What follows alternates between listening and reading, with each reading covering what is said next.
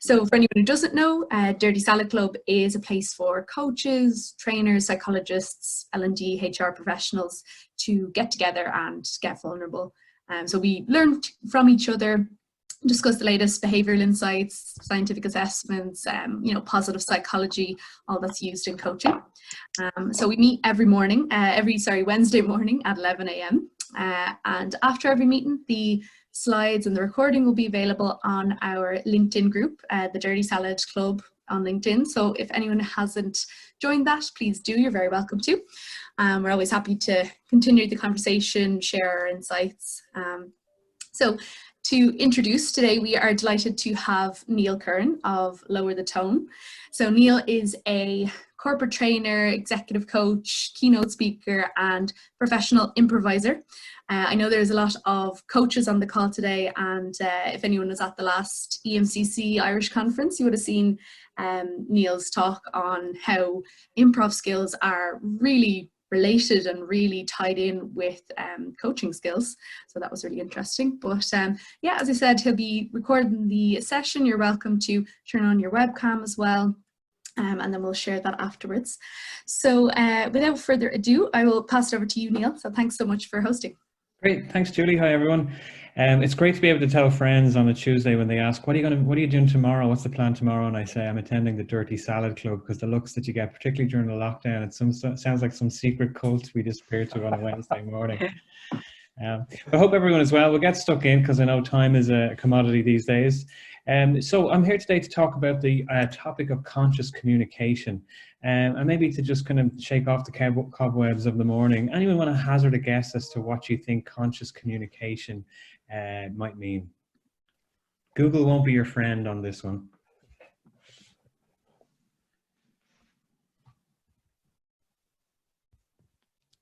I'm going to take from the silence that everyone's like, we know the answer, but we're going to let someone else jump in there. So conscious communication really is the art of communicating intention through clarity. And when we think about communication in the business world, we're doing this all the time, and how we talk to people, how we communicate with colleagues, our direct reports, our clients, and what have you. But as we've moved to a virtual environment, what we are experiencing. Oh, my screen sharing has stopped, has it? Well done, Neil. This is great technology. But what we don't take into consideration is, now that we've moved to the virtual environment, that we are relearning skills from scratch. And the example I use is, if you're atop of your game in GAA football, you go out into Crow Park every year, you win the final, and then suddenly GAA is made illegal and you have to take up soccer. You can't expect to go into that sphere using the same skills and be top of your game straight away. So we have to rethink how we apply communication in that virtual setting. Some of it is shared skills amongst both mediums, but it's certainly useful to take some time to think and reflect on how we can do that. Let's try the slides again there, Neil, and see if we can get this to work. You see, it always works in the practice and it never works in the live. There we go. Does that work? There we go, that's it, that's me there. So some of the things we're going to go through today, so we'll talk about it from a business perspective. Obviously, we're going to talk about things like active listening, intention and clarity, and also culture and communication, which is particularly relevant in the modern workplace, whether it's face-to-face or virtually. And we'll talk a little bit about mindset. Now, as Julie gave me mentioned at the start a little bit about my background, so just to give you a little bit more depth, I spent over 20 years working in the multinational sector in finance. Don't hold the finance thing against me. But I was managing teams both locally in Dublin, but also across the world. So I had direct reports in Europe, Asia, the US, and India. So I was getting emails every day of the year, every day of the week, including Christmas Day. So I was never switched off. And one thing that was very apparent throughout that process, because I hired the accountants to do the finance work, was how we communicate cross-border and cross-culture is very, very interesting. And how we communicate a message to a person, say in Dublin, can be very different to how we communicate that message to somebody in China, in India, and even the US. So communication itself is a blend of kind of science and art as far as I'm concerned. Now, we'll be doing some breakouts and some exercises today. This is usually the bit where people fumble for, oh, quick turn off my camera and mute myself, my technology's gone down. And I'll be drawing on some tools and techniques from the world of improv, as Julie mentioned. So the Bruce Wayne to my Batman is when we are allowed outdoors, I perform on stage, performing improvised theatre and improvised comedy. So basically go out on stage with co-performers, and we literally make it up as we go along because we're too lazy to learn lines and have no confidence in our ability to be able to recite them. And that improv is an art form we most normally associated with comedy, but in reality, the skill set behind what happens on stage is very much pertinent and relevant to what we're already doing in the workplace, to what we're doing with coaches, as coaches with our clients, to what we do and how we communicate with teams, and it's all relevant. So a lot of the tools and techniques that we'll explore today will be drawn from a blend of what happens in the improv world and what happens in the business world. And hopefully we haven't had 25 people drop off at the mention of that. So we'll keep going. So just to talk briefly about what's known as the pyramid of communication. And this kind of lays out all the methods that we use when communicating in general throughout our lives. But this shows a scale of intimacy. And at the top of it, as you'd expect, there is no form of communication greater than face-to-face, something we're all craving at the moment. And I think arguably if we were to do a show of hands, which we won't do, and we asked everyone, what's your most common form of communication in the workplace anytime? And we're going to go right to the bottom of that pyramid and take email. So for a lot of us nowadays, we're stuck in that video conferencing sphere. And we have to be mindful of the fact that we have that fourth wall, as we say in theatre. We have that invisible divide between us and the people that we're communicating with, and that takes away that personal touch. It takes away that intimacy we have when we're communicating, and that in turn has a huge impact to how messages are perceived, to how we should think about what we're doing when we're communicating, and all of that good stuff. So conscious communication, as I mentioned, it's communicating intention through clarity. Think for a moment about a time you had to communicate a message either in your personal life to family or a time in work. Thinking about a time you had to deliver news that maybe was critical. And ask yourself, when you were composing that message, when you were considering what medium it should take place, should it be communicated over email? Should it be done through a face-to-face, a meeting, a phone call? Were you thinking about how you were going to communicate it, or were you thinking about how the receiver was going to process it? Let me give you an example. So I was communicating a restructure in an organization a number of years ago, and I had to communicate to my whole team, so my teams in Asia, in Europe, and in North America. And I had two teams in North America. I had a team in San Jose in California and a team in Sandy in Utah. And for anyone who's not familiar with Utah is somewhat like the Ireland of the US in terms of this hub for a lot of organizations to set up shared services centers and that. So in many ways, the team I was managing in Utah was in direct competition with the team in Dublin, because whenever the organization was looking at moving work around, we were the two sites that were often considered because both had high skills. So during this restructure, there was going to be an impact to the wider finance team. However, there was no impact to my own teams. There was going to be no restructuring, no layoffs, and what have you. But as we all know, as soon as people hear the word layoffs, restructure, we immediately go to the bad news. So when I was communicating the message in Asia, it was literally a straightforward, quick phone call to tell people we were restructuring, there's no impact in the team. Everyone was happy with that, end the conversation. In Dublin, there was a few questions, but because we had the face-to-face, people felt assured and confident that they trusted me and they felt I was communicating the message correctly. When I was communicating the message to Utah, the meeting was almost twice the length. I knew I was going to get a lot of questions about, is this really going to not impact us? Is there other people that we work with that are going to be impacted? So I have to take into consideration that there would be a level of doubt about it. There would be a level of distrust that may come up because it's a restructure. So I had to give more time to that, and I had to give deeper consideration to the language I would use when communicating that message, so that in all three scenarios that I would have clarity from the team. But even though the message was the same, there's going to be restructure and we're not affected, how that was communicated was different in those three scenarios. And at all times I was giving consideration to how the receiver of that message would process what was being said. Simple enough stuff. Now, the biggest part though of communicating, arguably what I'd say, if you have a pyramid of all that marks out all the skills we use when we're communicating, to me, listening is the biggest skill. And as I mentioned, with perception and intention, there can often be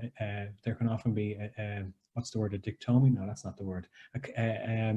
See, this is what happens at this hour of the morning. You can't remember the word you want to use. There can often be a disconnect between what people perceive and between what is intended, and listening plays a part of that. So we're going to do a little exercise to get you going. You won't have to jump out of your seats for this one, but if you have a pen and paper handy, or if you want to open up a Word document, and we'll do a quick test, a quick 10-second test. Now, some of you might have seen this before, so if you have, well, we can do it again. I'm going to put an image up on the screen, and when you see this image, without thinking about it, what I'd like you to do is write down what you see. Write down as quick as you can what you see. Don't take time to think about it. Go purely on insect. Go purely on instinct. Write down exactly what you see, how you see it. There's no wrong answers with this, and let's see how this goes. So are we ready? 3, 2, 1. 10 seconds.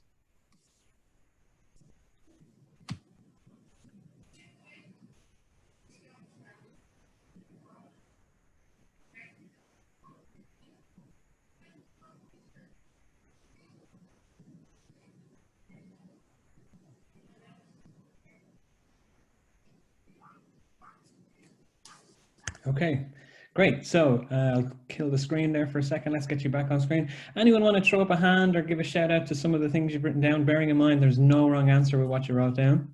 What did you see? I don't mind saying what I saw. I'm Bridget. So I saw horses, love, friendship, end of the day, photography, photographs, silhouettes, sunset, family, companionship. Brilliant. Lovely. Thanks, Bridget. Anyone got anything different to what Bridget has noted there?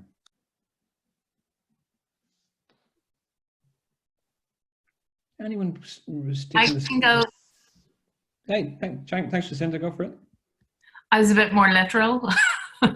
So I had horses and wheat or grass, an orange sunset, etc., etc. So I think I was a little bit more literal. Great, perfect. And that's an ideal answer as well, in total contrast to what Bridget has. So what do we think that tells us? Is one of them wrong and one of them right? Absolutely not. What we've witnessed there firsthand, and it's great when this works the first time, so don't have to go through 32 people trying to demonstrate this point. What has happened there is we've seen how two people have interpreted the picture in different ways. Jacinta, using her own words, just was more literal with what she saw, wrote down factually what she saw, whereas Bridget introduced more emotive language, much softer language in terms of what she saw. So it was the same image, it was the same picture, yet we interpret it two different ways. It's very simple exercise. Neither Bridget or Jacinta are wrong, but it's a nice way of highlighting how we see what we want to see when it comes to looking, when it comes to messages. A doctor once told me that this guy was a bit of a talker. He was once telling me that when he's communicating good news to his patients, he will have a percentage of his patients that when he says to them, good news, you don't have cancer, often the only word they hear in the message is cancer, and he will get phone calls when they leave his surgery asking follow-up questions, almost doubting what he has said because they hear that negative word and associate with that. So again, being mindful that we do interpret the image, we do interpret the message in different ways, and that's okay. It's what we can do as communicators to address that. So I'm going to jump back to my slides.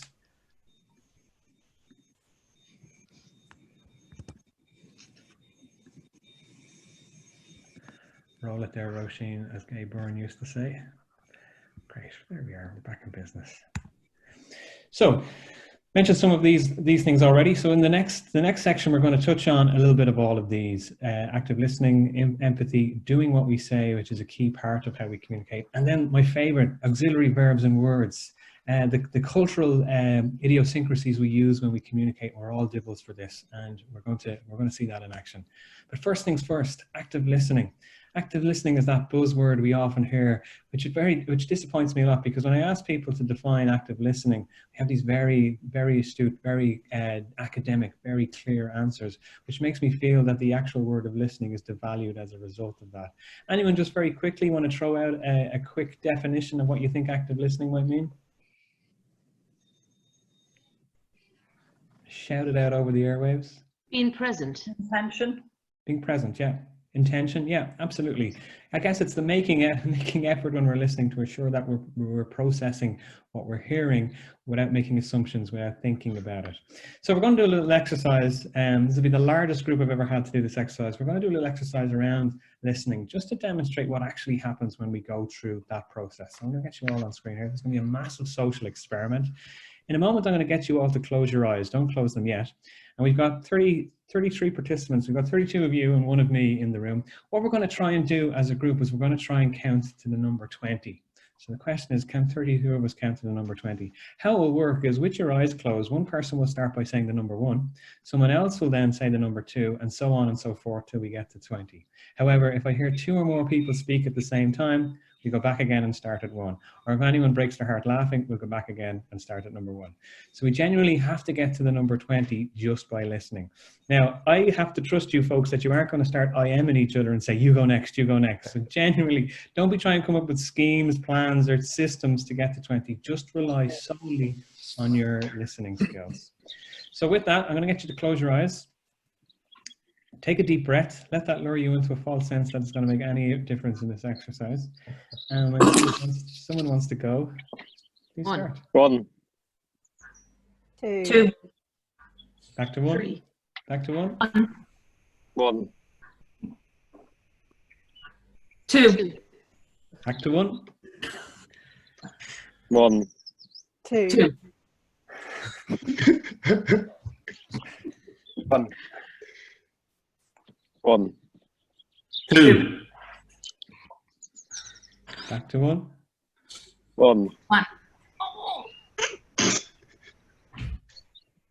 2. 3. 3. 4. Back to 1. 1. 2. 3. 4. 5. 6. 7. 8. 9. Unlucky. Pretty good, pretty good. Alan Lyons, as you all know, he's a really generous and really nice guy. So he said we should have a prize for one of the activities in this event this morning, Liam. So Alan has agreed that if you can get to 20, he's going to give everyone a €100 Amazon voucher at the end of this meeting. But Julie pulled the reins in. Julie and Tanya pulled the reins in, and Alan said, "Hang on, don't lose the run of yourself, Alan." So they've asked him just to allow 3 attempts to do this. You're going to get 3 goes to do this. But that prize is yours if you can get to 20. So close your eyes again. You can do it. I believe in you. Take a deep breath, and when you're ready, go for it. 1. 2. 2 lives left. 1. 2. 3. 4. 1 life left. Everything has been a practice up to now. This is the real one. You can do it. 1. 2. 3. 4. 5. 6. 7. 8. 9. 10. Unlucky, unlucky. Sorry, Alan, you're just not going to be able to give it away today. So you might have had a number of different thoughts going through your head as we did that exercise. Just a show of hands on screen. Don't press the hand button, but just raise your hand. What was that, Marie? Sorry. Just by raising your hand. Some lovely birds. I know, it's so peaceful, isn't it? Somebody's in a Zen meditation state while attending. So just by putting your hand close to the camera, show your hands up if you felt that was an impossible exercise. If that was something that just couldn't be achieved. So we've a percentage of people in that category. So that's something to think about. If we're going into that exercise with the feeling that this is something that can't be achieved, thinking about how that can disrupt our thought process as we engage in the activity. How many of us found that we were getting distracted by the noise of the birds or the clitter clatter in the background with some of the microphones? Anyone getting distracted with that? Throw your hands up again in front of the camera. So a few people found that distracting and some of us didn't. Hands up if you didn't notice the birds and the background noise. So this is where it gets interesting. So a couple of people may not have been tuned into the birds, so they have to filter out those distracting noises. And what that's highlighting to us is that when we're listening, what we really need to be doing is to be present. We really need to be in that zone, giving our full attention to the person that we're communicating with. And to those of us who are thinking this is an impossible exercise, think about this. If we were doing this face-to-face in person, and this is an exercise we would use in that context, you might say, well, it might be easier. It might be, you know, because there's that dynamic in the room. And that's fair comment. It would be easier. But what does this tell us about the active listening when we're doing it in the virtual setting, when we're communicating on a video conference or on a phone call? How many of you, when you're on a conference call, or a video, well, we won't say video call, but if you're on a conference call with colleagues, or if you're on a one-to-one with a client or any of that, and all you need to do is hear the person's voice and speak to them, how many of you would close down your laptop during those meetings or during those one-to-ones? I'm only seeing 1 or 2 hands going up in the air when I ask that question. Isn't that interesting? We know that distraction can be a bad thing and can get in our way of listening, yet when we're having one-to-ones, when we're sitting in front of our laptop, when we're having a team meeting and we don't need our laptop, we'll have that screen open, we'll have Facebook open, we'll have Excel open, or whatever it is that we're doing. So we're creating a distractions of our own making that gets in our way of truly listening. Because to listen, we have to really be present. We have to really be in that zone. When we're having casual conversations with people, so if I'm chatting with Billy, Billy's in the top corner of my screen here. If I'm friends with Billy, we don't work together, you know, we're trying to impress each other. There's no ulterior motives. If I'm having a pint with Billy on a Friday and we're chatting and Billy's telling me about a holiday he's booked and he's going to go up the Swiss Alps and he's going to go skiing next winter, while Billy is talking during a casual conversation, what my brain is doing is just picking out the key words of what Billy is saying. And I'm constructing what I'm going to say next in my head while Billy is talking. And then when there's a gap in his dialogue, I'll jump in and say, oh, I was at the Swiss Alps once, I fell off, broke my legs, and the rest is history, and so on and so forth. And that's how most casual conversation goes. Coaches know about this already, because as coaches, we have to pay attention to what our clients are saying. But you can see how easy it is to be distracted. We only did that exercise for a couple of minutes. Imagine if we could do that for half an hour, 20 minutes, an hour, how draining that might be. So that active listening, before we even start communicating a message, our active listening is a key part to the communication process. You should try that with your teams or with people that you work with, or even with your families, and see what kind of results that you get. So jumping back to the slides. I can do this now, we can make this work. There we go. Right, so let's look at a little bit about how you communicate. So what I'm going to do for this is I'm going to use the breakout room feature. I'm going to put you in pairs for this. Hopefully Zoom will be clever enough to pair you up with people that maybe you don't know, so it's an opportunity to get to know someone. So how this is going to work is I'm going to give you a semi-structured conversation that you're going to engage with. So I'm going to give you half your dialogue in this. So let's say for argument's sake, I'm in a breakout room with Magella. Magella, you're beside me here on the screen. How this will work is either myself or Magella will start the conversation. So Magella might start in this case, and Magella says to me, and Neil, let's go on holiday. I'll respond to Magella with the words no, because, and then I'll give a reason why I'm not going to go on holiday, but I'll suggest something else that we might do instead. Then Magella, in response to that, will say no, because, give a reason why she's not going to do that and suggest something else instead. So for example, Magella might say, Neil, let's go on holiday. And I'll respond by saying no, because my boss won't give me time off from work. Let's go for a coffee instead. And Magella might say no, because I'm allergic to coffee. Let's go for a walk in the park instead. So thinking about using the words, strictly using the words no and because, giving your excuse and suggesting something different, and repeat that process back and forth. So I'm going to get you into breakout rooms. So I'll have to do a bit of maths for this. There are 33 people. That would mean 16 rooms. There we go. School works. Let me see. There may be a room of 3. If there is, that's no problem. Just rotate it between the 3 of you. So we'll just do that for 30 seconds and then we'll come back. So let's hope this works. I think we have everyone back. So without asking all 33 of you how that went, I'm pretty sure that was probably one of the most frustrating conversations you've ever had. But any observations you had on that process? Any observations you had during that experience? Anything that emerged from you in that, around how we communicated there?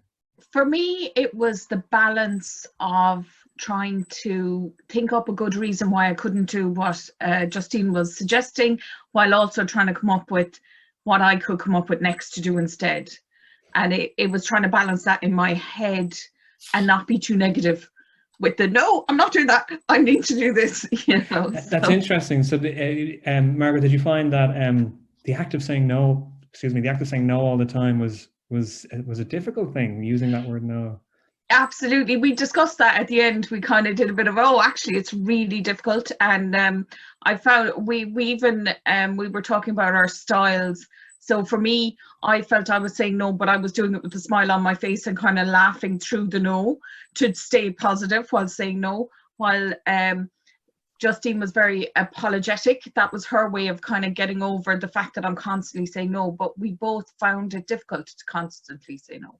Yeah, it's interesting, and some of the rest of you might have found that the act of actually saying no was difficult, was uncomfortable, it may even have resulted in you not using the word no at all. Show of hands in front of the camera, who found the excuses easier than the new ideas? I think you'll find with the vast majority of people, excuses are easier to come up with than the new ideas themselves. If we had, if only we had a psychologist in the meeting to tell us what that means. But I think that's interesting. What that tells us about being human, that sometimes it's easier for us to come up with a reason not to commit to something than to come up with something for fear of rejection, for fear of it being shot down. Did anyone find that your language was starting to soften? So instead of saying things like, let's go for a walk, or let's go for a coffee, that you started saying things like, how about we do this? Or we could do this, or why don't we do this? Anyone find that your language was starting to soften? Show of hands in front of the camera. Yeah, again, that's interesting. You'll notice from the direction I gave at the start that I specifically used a direct statement, let's do this. But that may feel unnatural to a lot of us. We may tend to use softer language in how we communicate. So you start turning your statement into a question. Now, generally speaking, that's fine. But when you think about how we communicate culturally, I remember the first time I started working for an American organization, and my boss and his boss was in California, as were a number of my colleagues. And I assumed everyone disliked me because of how direct they were when they communicated with me. I found it was very rude until I realized, oh, actually, this is the communication style here, very direct. Same with people in New York and on the East Coast. Yet my language at the time was very soft. Oh, we could do this. I mean, you might find, I see Tom Hennessy here on screen. Tom's a friend of mine. I haven't seen him in ages. And I say to Tom, listen, maybe if you weren't too busy, I heard Alan tells me there's a great coffee shop. Could be nice if we could go for coffee there. You know, we beat around the bush a lot, particularly in Ireland and the UK. Our culture tends to be more softer, and we do that. But is there anyone on the line who isn't born and educated, or anyone in the meeting that isn't born and educated in Ireland or the UK, who finds it frustrating with the way that Irish and English people beat around the bush in how we communicate? Is there anyone here who can testify to that? I think I see Janine. You're on mute there, Janine. Yeah. Hiya. How you doing? Good. Did you put up your hand? You weren't born and educated in Ireland? Yeah, no, I wasn't, and I also wasn't educated in the UK. So this English accent is not accurate. I was in the States and I was in Brussels. Oh, interesting. And do you find that in Ireland and the UK we beat around the bush in how we communicate? I think English people can be really dogmatic and overly direct. And I think Irish people often don't get to the point. They're very much around the friendship and the more softly. So yeah, I do.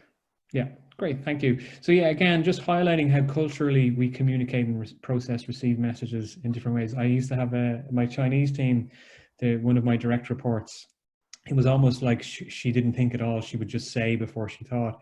Sometimes I might send her a request or ask her to do something, and straight away she goes, no, I'm not doing that. And it was almost like an emotive response to not want to do what she's been asked by her boss, but really what she was trying to do was communicate she wasn't comfortable with it, or she needed to learn, a new task, or needed to be upskilled before she would take something on, or what have you. So that's an example of how culture and communication can impact how a message is received and processed. And I'm sure you've experienced this yourselves.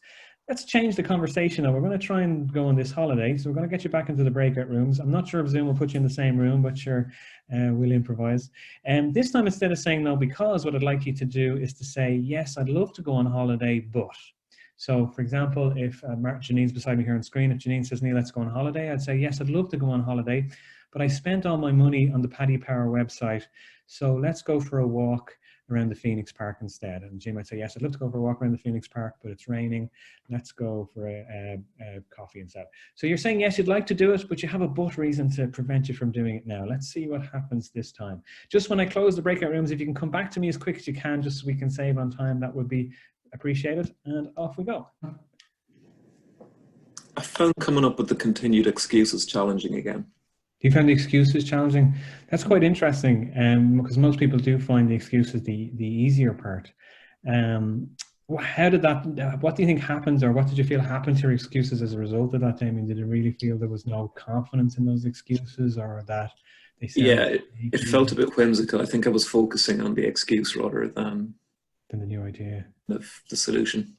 Interesting. I think maybe in a real life situation, there was a hint of more possibility of getting someplace, but maybe in this situation, we knew we were going to get nowhere anyway. Yeah. But in a real life situation, it might have evoked more positive interaction. Yeah, absolutely. And once we do the next phase of this, we'll kind of bring it together and see where that real world application is. Now that we're all back, I'm just curious, that again, talking about the softening of the language, even though I said last time being aware of those ways we culturally communicate, did anyone still find you were saying, how about we do this, or we could do this, or we should do this? Anyone find you were still in that zone? Again, hands in front of the camera. And if you were, you can see how very much it forms habit in how we communicate, just that style of softer communication. It's not a big deal, but just sometimes it's something to be mindful of in certain contexts when we are communicating. And that auxiliary language like should, would, could. If I'm communicating with Trevor and I owe Trevor 100 quid, lucky Trevor, and I say to Trevor, I should have that €100 back to you today. I could have that €100 back to you today. I would have that €100 back to you today. I'll have that €100 back to you today. It's 4 statements arguably saying a similar message, but really what's the only message that tells Trevor he's getting the money back? It's of course, I'll have that money back to you today. But what happens if I say to Trevor, I'll have that 100 quid back to you today. He doesn't get it. The next day he's going around saying that Neil guy's a flaky guy. He promised me he'd get that money across to me and he never did. So you can see how we can misinterpret and we can miscommunicate just by even adding a word like should, would, or could to our sentences. And while we wouldn't necessarily do that in written dialogue, certainly when we're speaking to others, there's a huge risk of it entering our speech. But definitely determined to go on this holiday. We're going to change it one last time. This time, instead of saying what we've had in the past, you will respond by saying yes and or yes, let's. So if I'm partnered with Bridget and Bridget says, Neil, let's go on holiday, I might respond by saying yes, and let's use Alan Lyon's credit card to pay for the whole trip. And Bridget might say yes, and let's fly first class, so with British Airways to Honolulu, and so on and so forth. So you're using yes and or yes, let's to continue the conversation. So what I might do this time is make the breakout rooms for 3 people, so we have less of a challenge for numbers. Let me see, 6, 3 into that goes, oh God, how many rooms is that? Okay, let's see how we get on here. 10. I like how somebody doubted me and had to give me the answer. Thank you. There we go.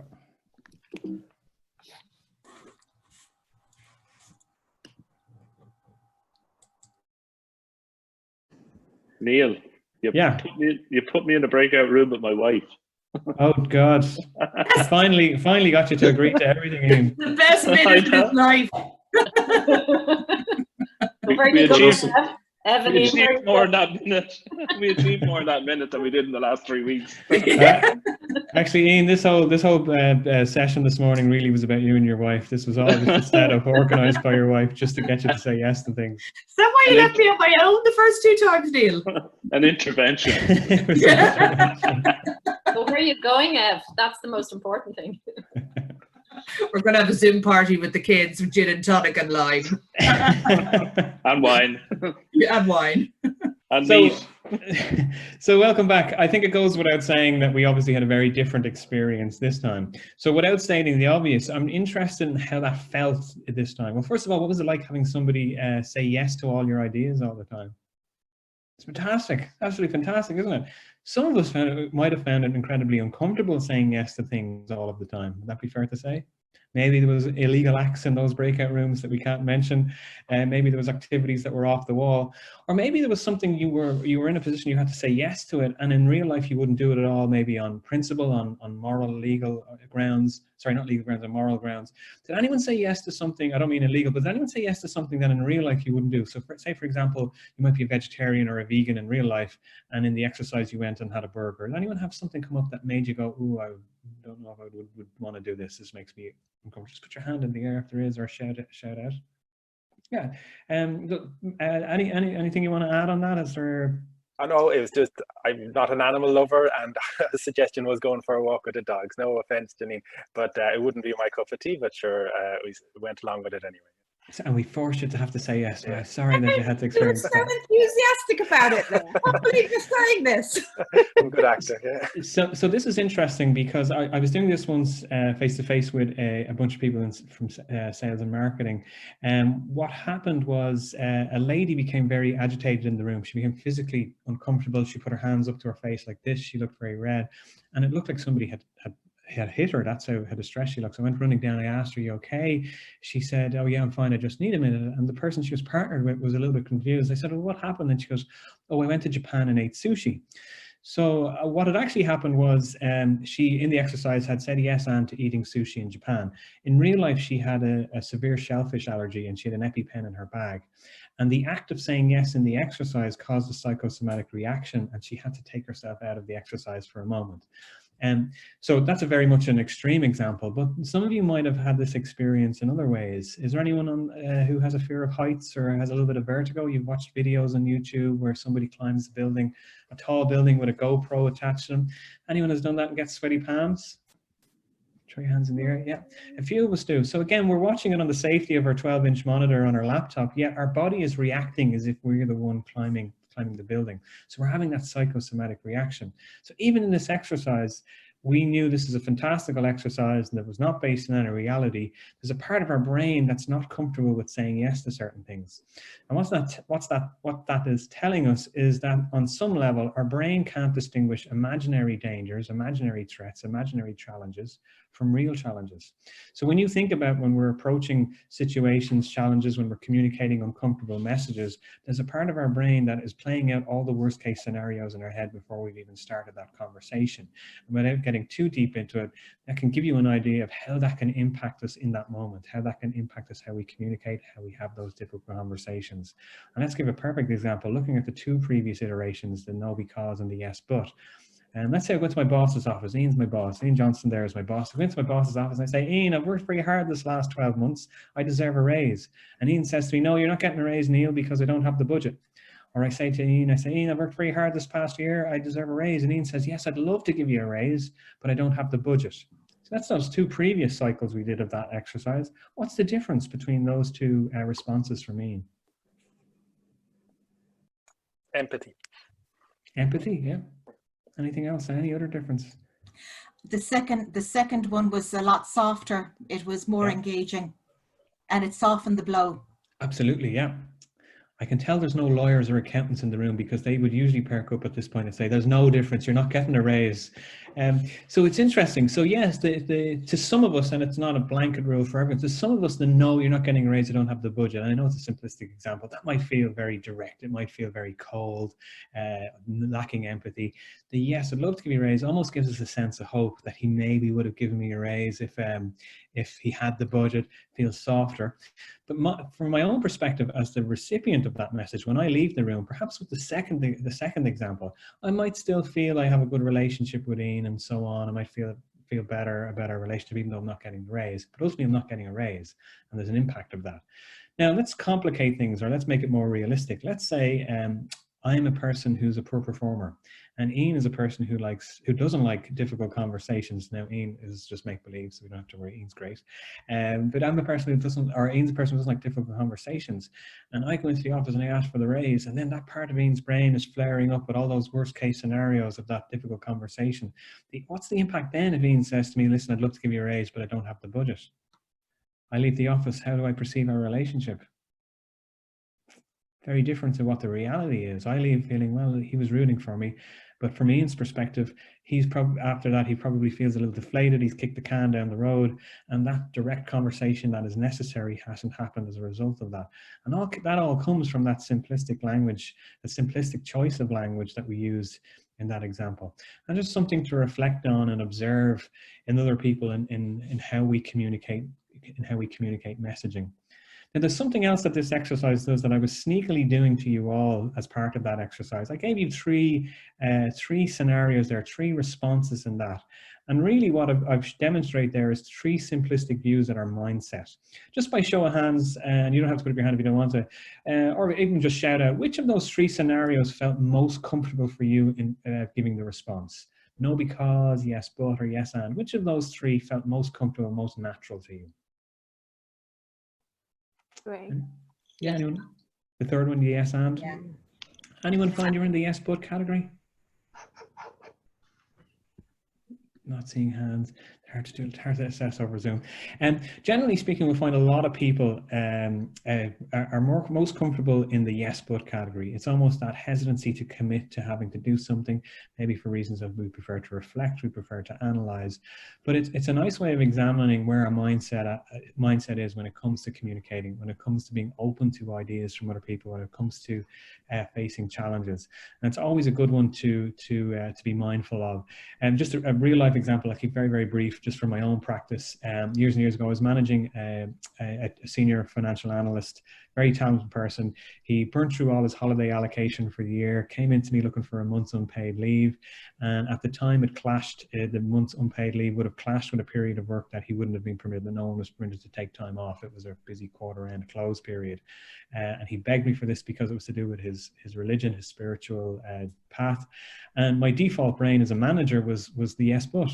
I'd love to give you the time off, but my hands are tied, we can't take time off. But I knew that was a knee-jerk reaction, that was an instinctive reaction that wasn't giving full thought and consideration to what was being requested. So what I actually did was I said, leave it with me and I'll get back to you. And instead of concocting a way to let him down gently, I started to think about, well, what do I need to do to make this happen? So acknowledging that my brain would want to give him that softly approach without giving due consideration to the impact or the reasons behind his request. And it really did take a conscious effort to take myself out of that and ask myself, what do I need to do to make this happen? In the end, I gave him the time off. He was delighted. All of the other managers on the site were very annoyed at me for breaching the policy, but the rest, there's a story behind that.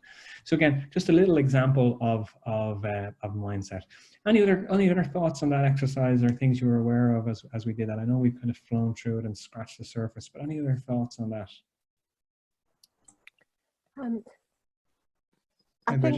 I think with the last one, I kind of felt that we were building on each other's creativity more. We were kind of thinking about ideas, and it felt quite exciting and fun to put all our ideas, really. Absolutely, it's like a whirlwind of brainstorming happiness, and it's actually a tool that we use in improv to create stories and scenes and characters on stage where we unconditionally say yes to the ideas of others without analyzing or doubting them, and that in turn over time trains our brains to be like that off the stage as well. So it's a very joyful experience, although there is a percentage of us that are very uncomfortable saying yes the whole time. And any other thoughts, comments on that before we come to our finale? Good. So just very briefly, just to talk a little bit about culture, and we're just coming to the end now, so don't worry. Back to the slide. So just to touch briefly on some of the other aspects of culture and thinking about the impact that has. Remember, our culture and where we're from, how we were raised, the people we work with, that all affects the way that we think and how we act. Language barriers obviously plays a huge part when we're communicating, and being mindful of that. You know, how we say simple chit chat can be often quite alien to other people. Our bias that we have, familiarity is a comfort zone for us. Avoiding using jargon. I remember being at a meeting with somebody when I was new in an organization. The company had a ridiculous amount of acronyms and jargon to use. The person I was with was a sales manager who was with the company 10 years. He was throwing all the jargon out in the meeting with the client. The client asked, sorry, what does that mean? And I didn't know because I was only new, but the sales manager of 10 years didn't know either, because he'd reached a point in the organization where he was too embarrassed to ask what something means. And of course, the auxiliary words, how that can dilute the language that we use. So obviously there's a lot more with culture, but just to give some thoughts in your head on how that impacts communication. So on that note, any thoughts, comments, questions, complaints, queries from what we have just done?